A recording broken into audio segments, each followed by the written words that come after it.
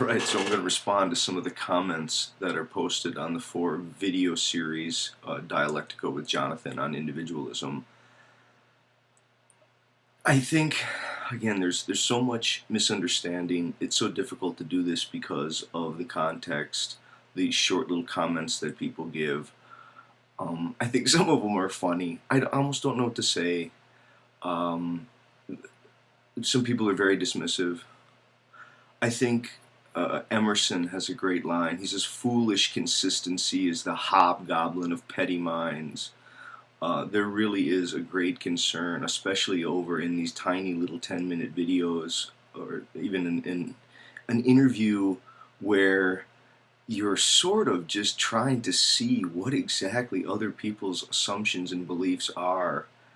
And this, I guess, kind of interrogation, this hot seating.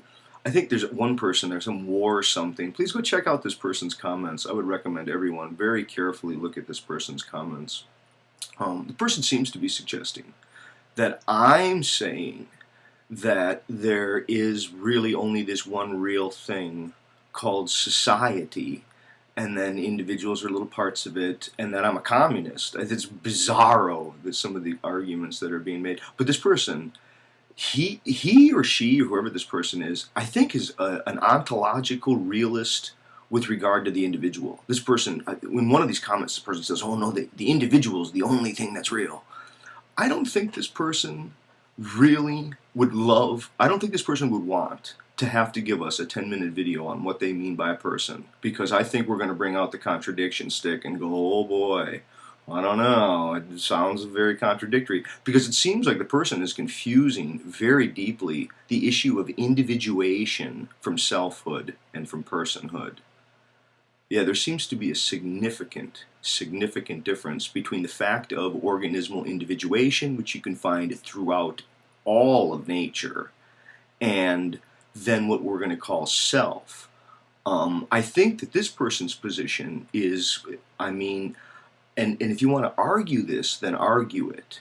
But this sort of person is, there really is no such thing as society. There really is no thing such as a world. There really is no whole anywhere. There's only just individuals. I don't even get that position.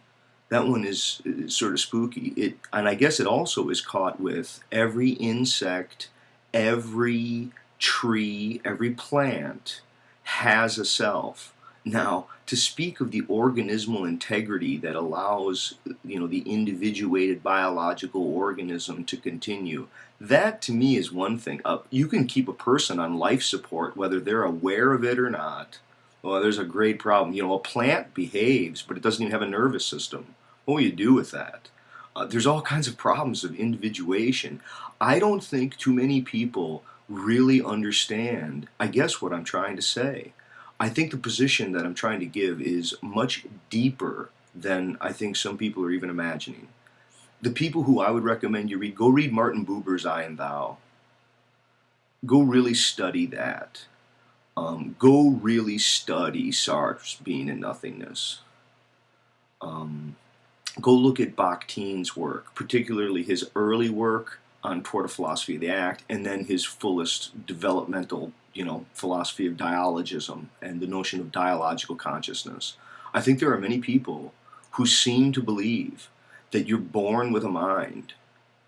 Okay, so let's say there are people who aren't going for this individuation issue and the problem of individuation. They're soulists, or they're some sort of transcendental egoists. You believe in some sort of mind stuff that's trans-empirical and not the physiological isolation of the body.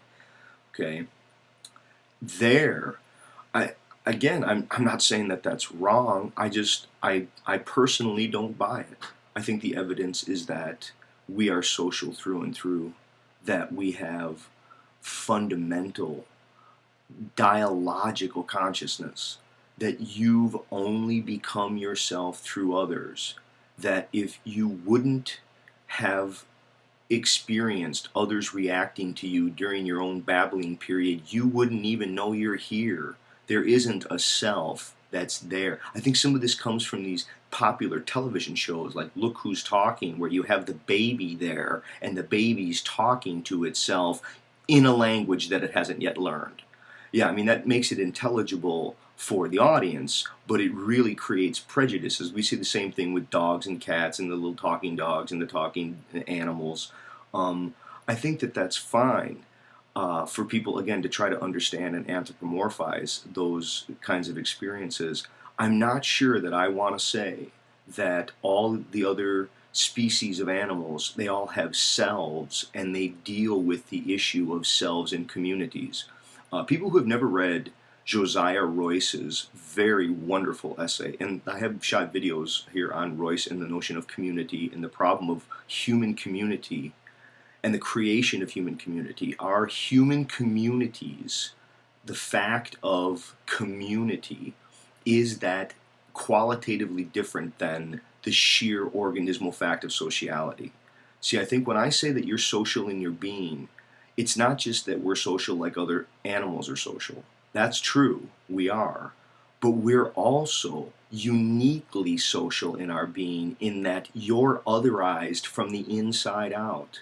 The only reason you think you have a self is because you've been otherized. I was looking at Eyes Lit Crypt. It's a great channel here. I should probably put a link to it. He's got a line from Chorin, which I couldn't agree with more. He says, if we could see ourselves as others see us, we would disappear on the spot.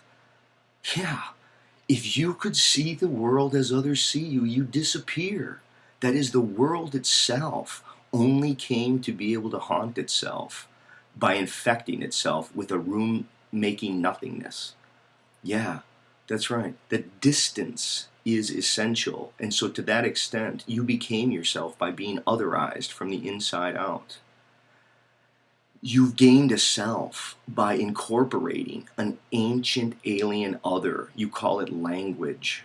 You're in a ship. It's the words that you're using, and you didn't invent them. In fact, the you who you think you are is a word. Now, you could go, oh no, there's really a me there. That me there is created by the ongoing dialogue of humanity that you've come to an awareness to yourself from and through. You wouldn't even be caught in this dialogue of questioning your being without the resources that have been made possible by others. Sociality is part of your being. It's a condition of your being. It's not an occasional feature of your experiences. It's not like sometimes you're alone and then other times you're with people. There is the sense of loneliness and aloneness, but those can happen in a crowd. To try to get at those phenomena, I mean, are other animals lonely while they're with a crowd?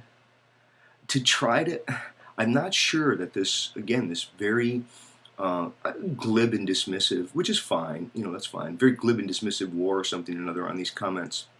I would encourage people to look at those and try to, for what it's worth, please go read Buber's I and Thou. Go look at Royce's work on conception, perception, and interpretation and how communities are formed through ongoing events of interpretation. It's very much in line with Peirce's work.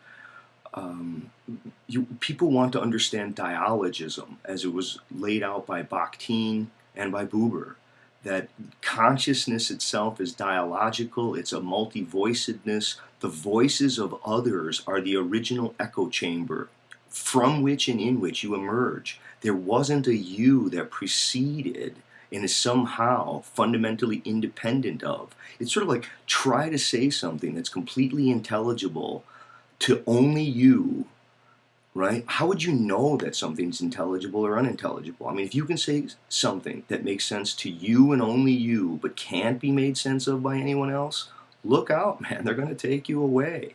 Your mind is social. You determine sense for yourself by your sense of what you think others would think of it. All right. Well, hopefully that made sense to some people. Thank you.